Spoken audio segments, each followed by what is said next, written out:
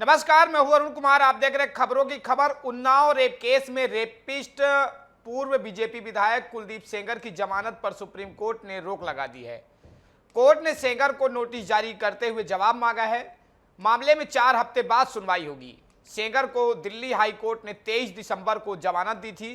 जमानत के खिलाफ सीबीआई ने सुप्रीम कोर्ट में 3 दिन पहले याचिका लगाई थी। सोमवार को चीफ जस्टिस सूर्यकांत, जस्टिस जेके महेश्वरी और जस्टिस ऑगस्टीन जॉर्ज मसीह की बेंच में सुनवाई हुई है। बेंच ने दोनों पक्षों की करीब 40 मिनट तक दलीलें सुनी। चीफ जस्टिस ने कहा, कोर्ट को लगता है कि मामले में अहम सवालों पर विस्तार से विचार करना चाहिए। आमतौर पर कोर्ट का सिद्धांत है कि किसी दोषी या विचाराधीन कैदी को रिहा कर दिया गया हो तो बिना उसे सुने ऐसे आदेशों पर रोक नहीं लगाई जा सकती, लेकिन इस मामले में परिस्थितियां अलग है क्योंकि आरोपी दूसरे मामले में पहले से ही दोषी ठहराया जा चुका है। ऐसे में दिल्ली हाई कोर्ट के 23 दिसंबर 2025 के आदेश पर रोक लगाई जाती है। बता दें कि इससे पहले कोर्ट ने तुषार मेहता ने कहा था हाई कोर्ट में कि यह भयावह मामला है। धारा 376 और पॉक्सो के तहत आरोप तय हुए थे। ऐसे मामलों में न्यूनतम सजा 20 साल की कैद हो सकती थी, जो पूरी उम्र की जेल तक बढ़ाई जा सकती है। सबसे पहले ये पूरा मामला क्या है, दर्शकों को हम समझा देते हैं। पीड़िता के साथ दावा है कि 4 जून 2017 को सेंगर ने रेप किया था। वह अधिकारियों के चक्कर लगाती रही, लेकिन सुनवाई नहीं हुई। इसी बीच उसके पिता को पेड़ से बांधकर पीटा गया। पिटाई करने वालों में कुलदीप के भाई अतुल और उनके लोग शामिल थे। इसके बाद 8 अप्रैल 2018 को पीड़ित लखनऊ पहुंची और सीएम आवास के सामने आत्महत्या का प्रयास किया। सुरक्षा कर्मियों ने उसे बचा लिया। अगले ही दिन खबर आई कि पीड़िता के पिता की पुलिस कस्टडी में ही मौत हो गई है। मामले में कुलदीप, उसके भाई, माखी थाने के एसएचओ समेत 10 लोग आरोपी बने और बाद में इन्हें सजा हुई। सेंगर की संलिप्तता और पिता की मौत ने इस केस को बड़ा बना दिया। 12 अप्रैल 2018 को केस सीबीआई को ट्रांसफर कर दिया गया। सेंगर के खिलाफ मामला दर्ज हुआ और उसे गिरफ्तार करके जेल भेज दिया गया। इसी बीच पीड़िता के चाचा, जो इस केस में उसकी मदद कर रहे थे, उन्हें 19 साल पुराने मामले में 10 साल की सजा हो गई। पीड़ित अकेली हो गई। 28 जुलाई 2019 को वह अपनी मौसी, चाची और वकील के साथ जा रही थी, तभी ट्रक ने टक्कर मार दी, जिसमें मौसी और चाची की मौत हो गई, लेकिन पीड़ित बच गई। मामले में कुलदीप के खिलाफ साजिश का मामला दर्ज हुआ। सुप्रीम कोर्ट के तत्कालीन चीफ जस्टिस रंजन गोगोई ने मामले को गंभीरता से लिया। केस दिल्ली की 30 हजारी कोर्ट में शिफ्ट कराया गया। 45 दिन तक लगातार सुनवाई के बाद कोर्ट ने सेंगर को दोषी पाया। 21 दिसंबर 2019 को उम्र कैद की सजा सुनाई गई थी।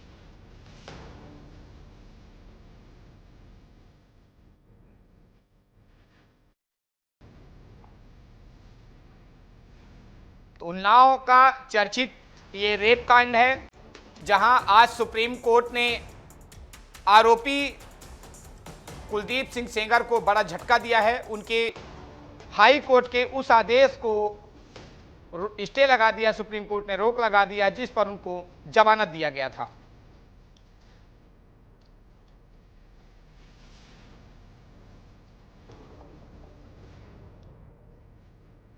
आज उन्नाव रेप केस में बड़ा अपडेट सामने आया है, जहां सुप्रीम कोर्ट में सुनवाई हुई है। हाई कोर्ट के आदेश को सुप्रीम कोर्ट में रोक लगा दी है। 4 हफ्ते बाद अगली सुनवाई होगी।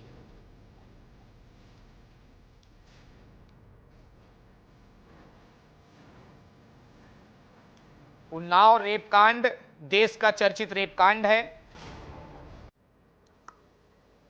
इस पूरे मामले में बातचीत करने के लिए हमारे साथ कनिका भारद्वाज जी, एडवोकेट, सुप्रीम कोर्ट से जुड़ चुकी हैं। कनिका जी, बहुत बहुत स्वागत है आपका।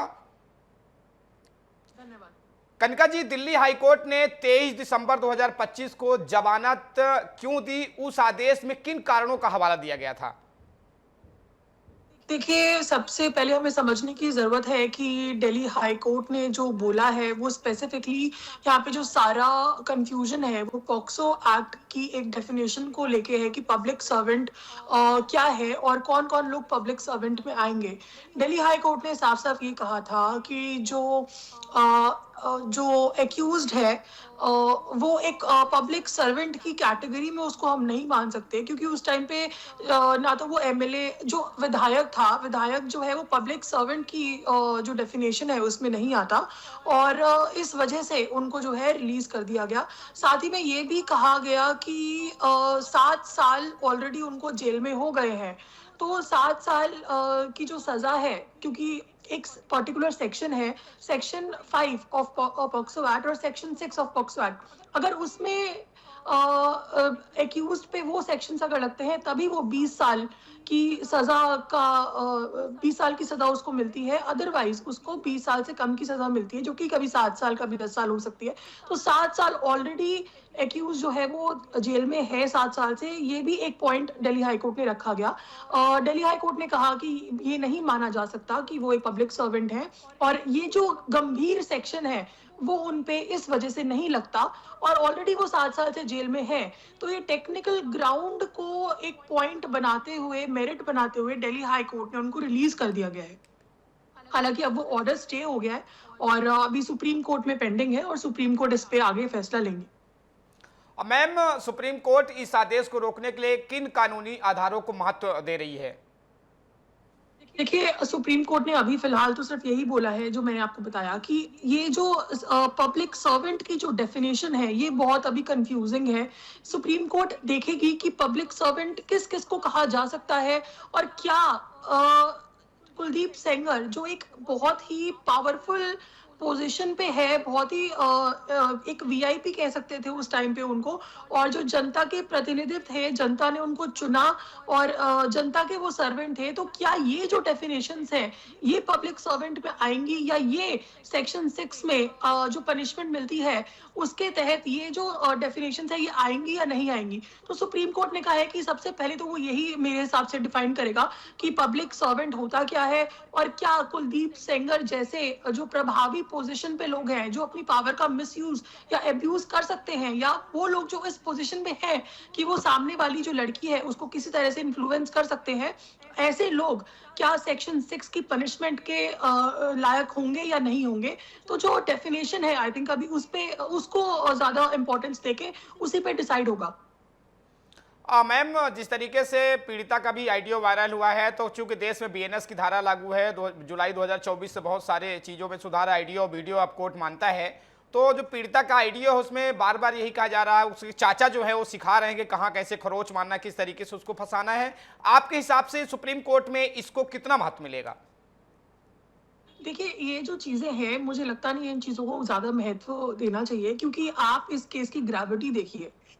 ये एक ऐसा केस है जहां पे ये जो एक्यूज्ड है ये ऑलरेडी, जो विक्टिम है उसके फादर की डेथ की जो सजा है वो ऑलरेडी काट रहे हैं, वो उसमें एक्यूज्ड साबित हो चुके हैं। 10 साल की उनको कारावास का जो है इम्प्रिजनमेंट उनको ऑलरेडी मिली हुई है, ये ऑलरेडी एक क्रिमिनल रिकॉर्ड इनका है। दूसरा, आप ये चीज हम डिनाई नहीं कर सकते कि उन्होंने ये जो इस नाबालिग जो बच्ची थी उस टाइम पे उसके साथ गलत हरकत की है, तो ये चीज जो ग्रेविटी है इस केस की वो हम निगलेक्ट नहीं कर सकते। अगर ये चीज कितनी कंसिडर होगी कितनी कंसिडर नहीं होगी, मुझे लगता है बहुत ही कम कंसिडर होगी, क्योंकि कोई इसमें गलत बात नहीं है। अगर जो विक्टिम है वो स्ट्रैटेजी बनाएगी भाई किस तरह से हमें अपना केस स्ट्रांग बनाना है, या किस तरह से, क्योंकि ऑब्वियसली बात है उन लोगों को नहीं पता होगा कि क्या लॉ है या किस तरह से स्ट्रैटेजीज बन सकती है, नहीं बन सकती, और ये हर केस में ही स्ट्रैटेजीज बनती है। तो ये कोई मुझे नहीं लगता कि ये कोई ऐसी नेगेटिव चीज है या कोर्ट इसको बहुत ही नेगेटिव वे में कंसिडर करने वाला है। मैम, इस पूरे मामले में जमानत देने से पीड़िता की सुरक्षा और मानसिक स्थिति पर क्या असर पड़ेगा? देखिए, 100% देख यही बात है कि जब दिल्ली हाई कोर्ट ने जमानत दी तो सबसे बड़ा जो सवाल था वो यही आया कि जो इंसान, जो व्यक्ति पीड़िता के पिता को भी मरवा सकता है, क्या वो, और ये ऑन रिकॉर्ड है कि जो एक्यूज है उसने विक्टिम को भी हानि पहुंचाने की कोशिश की थी और विक्टिम के वकील को भी हानि पहुंचाने की कोशिश की थी। जो ये हम सब जानते ही हैं कि जिस तरह से उनका एक्सीडेंट हुआ, तो जाहिर सी बात है कि जो इंटेंशन थी इस चीज के पीछे, वो चाहते थे कि विक्टिम भी मर जाए और उनका वकील भी मर जाए। तो जाहिर सी बात है कि अगर वो बाहर आएंगे तो वो किसी ना किसी तरह से जो विक्टिम है उसको हानि पहुंचाने की कोशिश करेंगे। विक्टिम की जान को खतरा हो सकता है, विक्टिम के आसपास के लोग जो उन्हें सपोर्ट कर रहे हैं उनको खतरा हो सकता है। अगर वो बाहर आएंगे तो डेफिनेटली एविडेंस इन्फ्लुएंस हो सकता है, एविडेंस मिटाए जा सकते हैं, क्योंकि वो एक बहुत ही पावरफुल सिचुएशन में है, उनके बहुत अच्छे कॉन्टैक्ट्स हैं, तो वो किस लेवल पे क्या कर सकते हैं, ये चीज वो अगर वो बाहर आते हैं तो डेफिनेटली केस कहीं ना कहीं इफेक्ट होगा। तो बेटर यही है कि वो जेल में ही रहे, और मुझे लगता है सुप्रीम कोर्ट ने अभी फिलहाल जो स्टे दिया है वो बिल्कुल सही दिया है। मैम, जिस तरीके से दावा किया गया कि सीडीआर रिपोर्ट के अनुसार आरोपी 14 किलोमीटर दूर था और पीड़िता भी उस दरमियान लगातार फोन से बात कर रही थी, 1 घंटे के लगभग वो अलग अलग नंबर पे बात की है, इतना सुप्रीम कोर्ट में इसको किस नज़र से देखा जाएगा या कितना इसको प्रभावशाली माना जाएगा? देखिए, जब ऐसे केसेस आते हैं तो जाहिर सी बात है जितने भी फैक्ट्स हैं, जैसे कि आपने ये जो फैक्ट बताया, ये सारी चीज़ें कंसिडर होती हैं, बट ये सारी चीज़ें ट्रायल कोर्ट में सबसे ज़्यादा कंसिडर होती हैं। जो क्रॉस एग्जामिनेशन होता है, जो फाइल बनती है, वो सब ट्रायल कोर्ट में बनती है, और ट्रायल कोर्ट ने पहले ही डिसीजन दे दिया था, और ट्रायल कोर्ट ने पहले ही बोल दिया था कि जो एक्यूज्ड है उनको लाइफ इम्प्रिजनमेंट दी जाए। तो जब ये मैटर अब सुप्रीम कोर्ट आएगा तो डेफिनेटली ये सारी चीजें भी कंसिडर की जाएंगी कहीं ना कहीं कि क्या ये जो मामला है ये सच में सच है कि नहीं है। ये सारी चीजें जो छोटे छोटे सर्कमस्टेंशियल फैक्ट्स होते हैं या सर्कमस्टेंशियल एविडेंसेस होते हैं, ये चीजें कंसिडर की जाती हैं।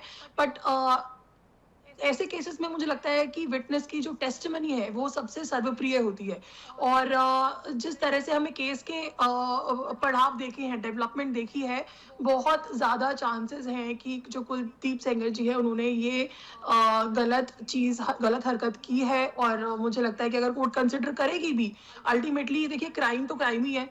आप जैसा भी ये तो साबित हो ही चुका है, अगर ऐसा था तो उन्होंने क्यों मरवाने की कोशिश की, उनको भी, उनके वकील को भी क्यों मरवाने की कोशिश की, उनके आसपास जितने भी लोग थे उनको हार्म पहुंचाने की कोशिश क्यों की। तो ये सारी चीजें भी कहीं ना कहीं क्वेश्चन में आती हैं। तो जो आपने चीजें बताई वो डेफिनेटली कहीं ना कहीं कोर्ट को कंसिडर करना चाहिए, पर अल्टीमेटली मुझे लगता है कि सच यही है कि जो एक्यूज है उन्होंने ये गलत काम किया है और इसकी उन्हें सजा होनी चाहिए। मैम, लगातार 48 घंटे से सोशल मीडिया और देश भर में एक चर्चित जो पास्को और पब्लिक सर्वेंट को लेकर जो बहस छिड़ी हुई है और दावा किया गया कि मेडिकल का जो रिपोर्ट है उसमें भी हड्डियों की रिपोर्ट हुई, उसमें भी लड़की बालिग पाई जाती है, 19 साल से ऊपर पाई जाती है, किसी में 18 साल से ऊपर पाई जाती है। सुप्रीम कोर्ट इसको किस नज़र से देखेगा, या आप एडवोकेट हैं, आप इसको किस नज़र से देखती हैं? देखिए, अगर जो लड़की है उनकी एज उस टाइम पे नाबालिग ना भी हो, अगर मान लेते हैं अगर ना भी हो फॉर एग्जाम्पल, तब भी जो सेक्शन उन पे लगता है वो 376 का सेक्शन लगता है, और 376 के सेक्शन में भी जो मैक्सिमम सजा है वो डेथ भी हो सकती है और लाइफ इम्प्रिजनमेंट भी हो सकती है, और मिनिमम जो सजा है वो 10 साल की है। बट ये जो केस है वो एक बहुत ही रेयर केस है और बहुत ही सीरियस केस है, इसलिए मुझे लगता है अगर पॉक्सो ना भी लगे, सेक्शन 376 भी अगर लगे, तब भी उनको जो सजा है वो लाइफ इम्प्रिजनमेंट की ही मिलेगी। तो इस पे कोई आर्ग्यूमेंट ज्यादा है नहीं। सेकेंडली में देखना, अगर फॉर एग्जांपल अगर वो 18 साल की हुई या 19 साल की हुई या 17 साल की हुई या 16 साल की, जो भी उनकी XYZ एज है, जो सुप्रीम कोर्ट है वो ये भी देखेगा कि क्या वो जो लड़की है उनके जो सारे डॉक्यूमेंट्स हैं वो भी सारे वेरीफाई किए जाएंगे कि डॉक्यूमेंट्स में उनके 10th की मार्कशीट जैसे कि हो गई या उनका और कोई डॉक्यूमेंट हो गया, उनमें उनकी क्या एज है। तो वो जो सेकेंडरी एविडेंसेस होते हैं वो भी देखे जाएंगे और उसके बेसिस पे डिसाइड होगा कि उनकी एज क्या थी। अगर उनकी एज कम हुई तो डेफिनेटली पॉक्सो एक्ट ही लगेगा, और अगर उनकी एज ज्यादा हुई तो 376 सेक्शन जो है वो अट्रैक्ट हो सकता है। लेकिन एट द एंड बात वही है कि अगर 376 भी लगता है तो उसमें भी मैक्सिमम जो सजा है वो लाइफ इम्प्रिजनमेंट या डेथ हो सकती है। तो मेरे हिसाब से अगर पॉक्सो नहीं भी लगता, कोई और सेक्शन 376 भी लगता है, तो मैक्सिमम सजा इनको मिलनी चाहिए। मैम, बीजेपी का पूर्व विधायक रह चुके हैं ये, और इसमें जिस तरीके से बहस छिड़ी है पूरे देश में कि ये पब्लिक सर्वेंट हैं, तो आपके हिसाब से, चूंकि सुप्रीम कोर्ट के एक वरिष्ठ अधिवक्ता हैं, आप एडवोकेट हैं, आपकी नज़र से आपकी कानून के नियम से बताइए कि ये पब्लिक सर्वेंट में आते हैं या नहीं। चूंकि हमारे पास जो एक डॉक्यूमेंट है सुप्रीम कोर्ट ने, इसके पहले जो सुप्रीम कोर्ट ने कहा था कि जो एमएलए हो या विधायक कोई भी हो, अगर पब्लिक सर्वेंट है तो सरकारी कर्मचारी के श्रेणी में रखा जाएगा, उस पर भी पास्को लागू है। तो अब इसमें आपकी क्या राय है? जी बिल्कुल, देखिए इसमें सुप्रीम कोर्ट ने भी यही कहा है कि इस एक्ट में जो पब्लिक सर्वेंट को लेके कंफ्यूजन है, जो मेरी राय है, मैं ये अगर मैं एक्ट पढ़ती हूँ तो उसमें एमएलए और विधायक ये सारी चीजें तो नहीं लिखी हैं, उसमें साफ साफ लिखा है गवर्नमेंट ऑफिसर। और उस टाइम पे जो कुलदीप सेंगर थे वो गवर्नमेंट ऑफिसर नहीं थे। ये बात तो अगर मैं अभी जो फिलहाल मेरे सामने जो एक्ट है अगर मैं वो पढ़ूं तो उसमें उसके हिसाब से तो वो एक गवर्नमेंट ऑफिसर नहीं माने जाएंगे। बट अगर सुप्रीम कोर्ट इसको और डिफाइन करता है, क्योंकि इस एक्ट में ये भी लिखा गया है कि अगर आप एब्यूज ऑफ, कोई बंदा ऐसी सिचुएशन में है या ऐसी पोजीशन में है जो एब्यूज ऑफ पावर कर सकता है अपनी, तो एब्यूज ऑफ पावर का अगर हम देखें तो वहां पे ये कहीं ना कहीं फिट होते हैं। बाकी अदरवाइज जब हम पूरा सेक्शन पढ़ते हैं तो उसमें कहीं ना कहीं एमएलए और ये सारी चीजें नहीं लिखी गई हैं। तो अभी मुझे लगता है कि सुप्रीम कोर्ट यही डिसाइड करेगा कि पब्लिक सर्वेंट में वो फिट होते हैं या नहीं होते हैं। मैम, आरोपी पहले से ही गंभीर अपराधों में दोषी है, ऐसे व्यक्ति को जमानत देने से समाज और महिलाओं की सुरक्षा में क्या प्रभाव पड़ेगा?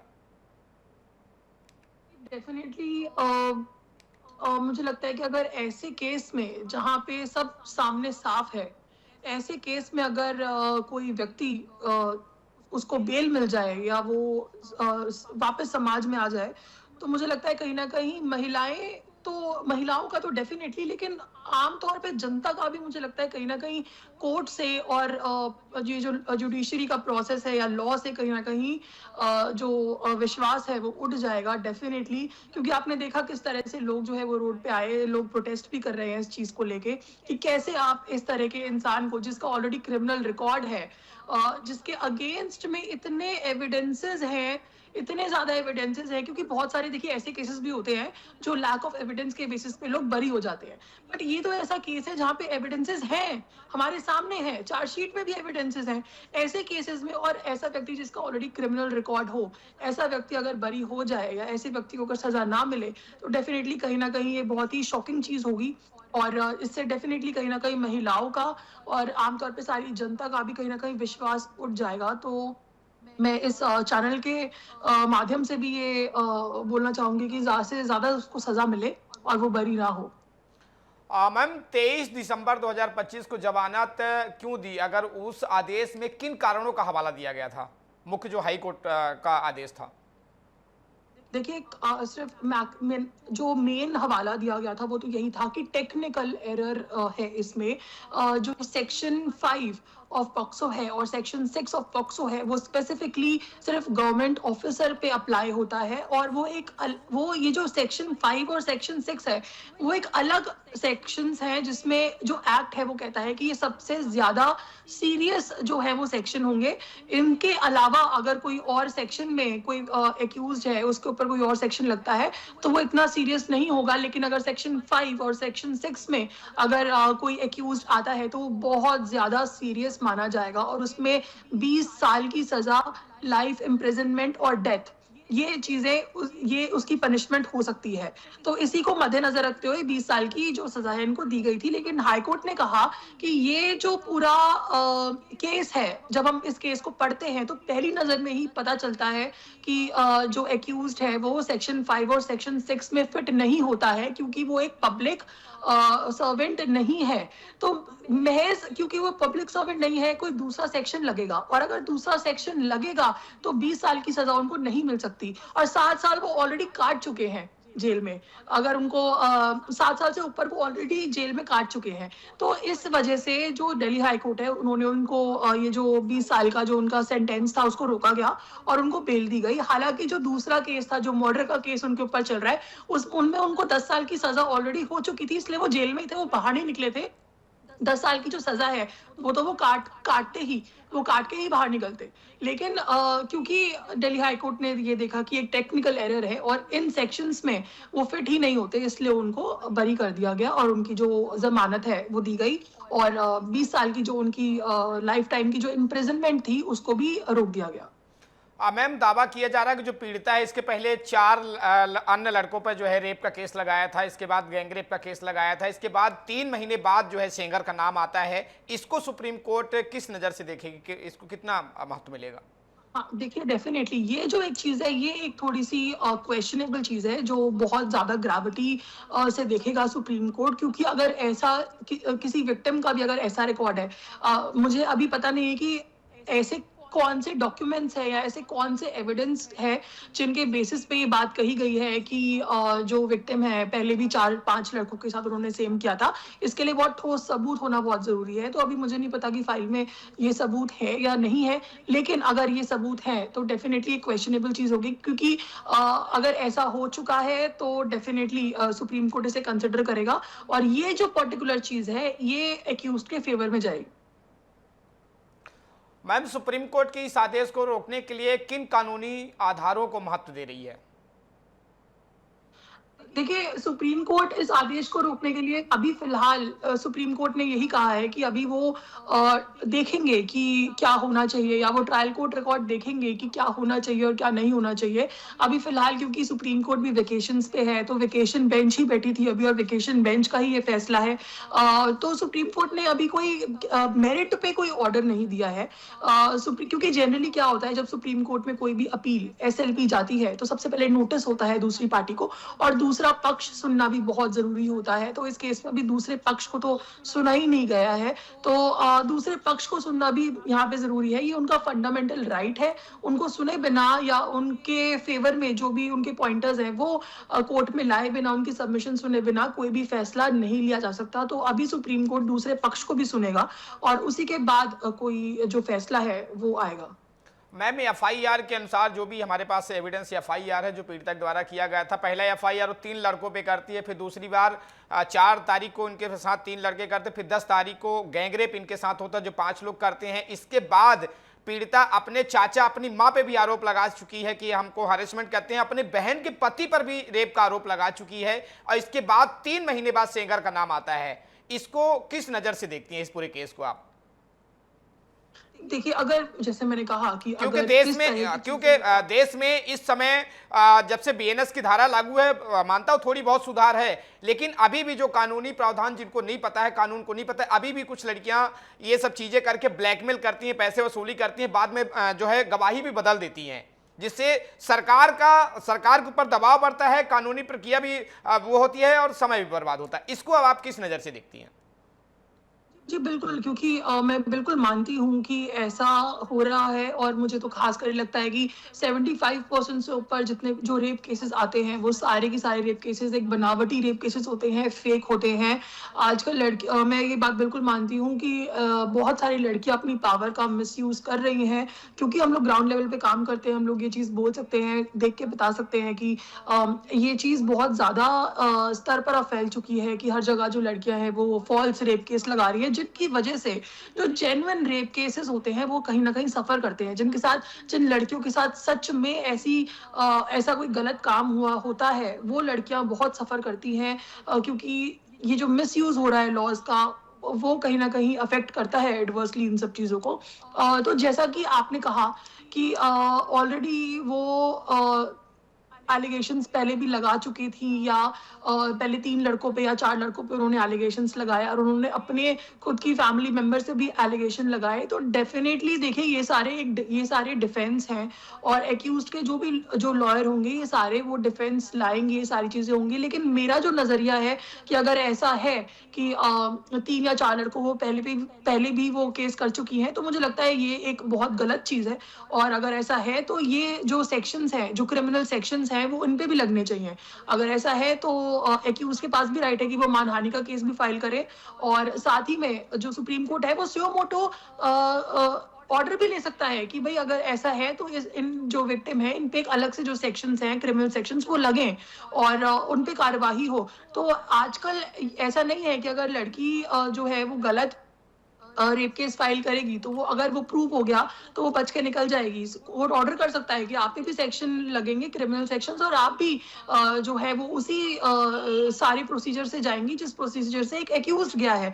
तो हालांकि अभी मुझे नहीं पता कि ये चार्जशीट में कितना है कितना नहीं है, या ये जो 4-5 लड़के हैं इनका क्या रिकॉर्ड है या इनके केसेस में क्या हुआ है क्या नहीं हुआ, मुझे नहीं पता। बट अगर ऐसा है तो ये डेफिनेटली जो एक्यूज है उसके डिफेंस में जाएगा, और मुझे लगता है कोर्ट कहीं ना कहीं एक्यूज के फेवर में इसको कंसिडर करेगी ही करेगी। कनिका जी, क्या जमानत देने के समय आरोपी के मानसिक स्थिति, खतरे या भय भागने की संभावना पर पर्याप्त विचार किया गया है आज सुप्रीम कोर्ट में? हाँ जी, बिल्कुल, बिल्कुल। नहीं, देखिए सुप्रीम कोर्ट में अभी क्या हुआ है, सुप्रीम कोर्ट ने तो अभी कुछ कहा ही नहीं है। सुप्रीम कोर्ट ने तो सिर्फ इतना ही कहा है कि अभी फिलहाल जो दिल्ली हाई कोर्ट का, क्योंकि मैंने आपको बताया कि सुप्रीम कोर्ट जो है वो वेकेशन पे चल रही है, वेकेशन बेंच है।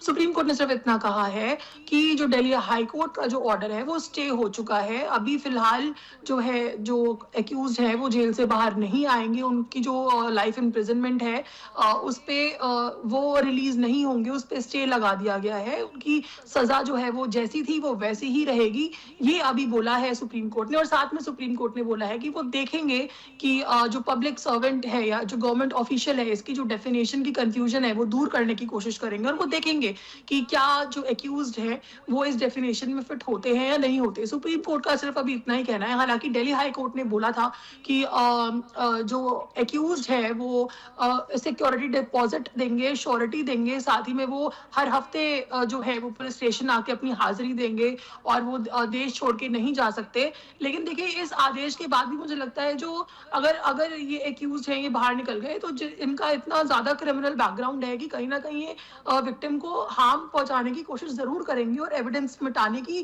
कोशिश 100% करेंगे। तो ये जो कंडीशंस लगाई थी दिल्ली हाई कोर्ट ने लगाई थी, बट सुप्रीम कोर्ट ने अभी कोई कंडीशन नहीं लगाई है। सुप्रीम कोर्ट ने बहुत ही लिमिटेड ऑर्डर पास किया है अभी। मैम, पूरे देश में जिस तरीके से माहौल है उस हिसाब से अदालत ने पीड़िता की पहचान, सुरक्षा और गोपनीयता सुनिश्चित करने के लिए क्या कुछ उपाय कर सकती है या की है? देखिए अगर उनकी पहचान, क्योंकि देखिए पीड़िता सॉरी, पीड़िता देखिए अगर खुद सामने आना चाहे तो वो सामने आ सकती है, उनकी मर्जी है। बट अगर वो सामने नहीं आना चाहे तो वो हर जगह से अपनी फोटोग्राफ हटवा सकती हैं, अपना नाम हटवा सकती हैं, और किसी भी न्यूज चैनल पे या मीडिया में उनका नाम नहीं लिया जाएगा, ये पावर है उनके पास। ये लॉ में भी लिखा गया है कि जो पीड़िता है अगर वो महिला है तो उसकी आइडेंटिटी डिस्क्लोज नहीं की जा सकती उसकी मर्जी के बिना, और अगर ऐसा किया है तो डेफिनेटली वो फाइन भी हो सकता है उस पर, या फिर जैसे अगर कोई मीडिया है या फिर अगर कोई चैनल है या और कोई मीडियम है उस पे एक भारी पेनल्टी या फिर वो शट डाउन भी हो सकता है। ये भी ऐसा लॉ में लिखा गया है। तो ये एक लॉ है कि आप महिला की अगर महिला किसी केस में इन्वॉल्व है तो आप किसी भी तरह से उसकी आइडेंटिटी डिस्क्लोज नहीं कर सकते, आइडेंटिटी को छुपाना ही पड़ेगा। या जैसे हमने देखा, जैसे निर्भया का केस था, उसमें नाम कुछ और था बट निर्भया रखा गया, उनकी आइडेंटिटी नहीं बताई गई। तो सेम इसी केस में भी आइडेंटिटी नहीं बतानी है अनटिल अनलेस जो विक्टिम है वो खुद चाहे कि उनकी आइडेंटिटी बताई जाए, या वो खुद सामने आना चाहे तो वो उनकी मर्जी है। मैम, पीड़िता का अभी जिस तरीके से हाल है, जो हमारे पास कुछ चीज़ें सोर्स से पता चला है, कुछ हमारे पास एविडेंस भी है, तो दावा किया गया जिस तरह पीड़िता पहले एक व्यक्ति पे पहले भी लगा चुकी है, इसके बाद 3 पे लगाई है, 3 के बाद 5 पे लगाई है, आखिरी में सेंगर 3 महीने बाद उसके लिस्ट में आते हैं, उनको याद आता है कि सेंगर ने भी रेप किया है मेरा। इसके बाद ही पूरा मामला जो है पूरे देश में चर्चित हुआ। पूरा चूंकि मामला बीजेपी विधायक से जुड़ा था तो हाईलाइट हो गया। अगर कोर्ट में ये सिद्ध होता है कि इसने रेप नहीं किया है, तब चूंकि सारा जो एक्सक्यूज है मिलेगा, जिस तरीके से पीड़िता का सारा रिकॉर्ड, सारा दस्तावेज, सीडीआर रिपोर्ट, सारी चीजें सामने आएगी। अगर ये केस फर्जी पाया जाता तो सुप्रीम कोर्ट पीड़िता या लड़की के ऊपर फिर क्या कुछ कार्रवाई कर सकती है? देखिए सुप्रीम कोर्ट पीड़िता के ऊपर भी जो है क्रिमिनल चार्जेस लगा सकती है, क्रिमिनल कॉन्स्पिरेसी का। तो क्रिमिनल कॉन्स्पिरेसी में भी एक 7 साल तक की सजा है उसमें भी, और अगर ये प्रूव हो जाता है तो वो क्रिमिनल कॉन्स्पिरेसी का सेक्शन लगाएंगी इस लड़की के ऊपर, जो सुप्रीम कोर्ट है। साथ ही में वो ये भी बोल सकती है कि वो एक हैवी फाइन दे, या हैवी पेनल्टी दें, जिससे कि जो बेसिकली क्रिमिनल कॉन्स्पिरेसी की सज़ा है। और ऐसे बहुत सारे केसेस सामने आए भी हैं अलग-अलग स्टेट से, जहाँ पे जो ट्रायल कोर्ट है या जो हाई कोर्ट है, उन्होंने ये देखा है कि भई लड़की कभी-कभी अपने बयान से पलट गई या फिर लड़की ने झूठा रेप केस लगाया। तो ऐसे बहुत सारे प्रेसिडेंट्स ऑलरेडी हैं, जहाँ पे कोर्ट ने दोबारा लड़की पे ही क्रिमिनल कॉन्स्पिरेसी का सेक्शन लगा दिया और उसी को एक्यूज ठहरा दिया।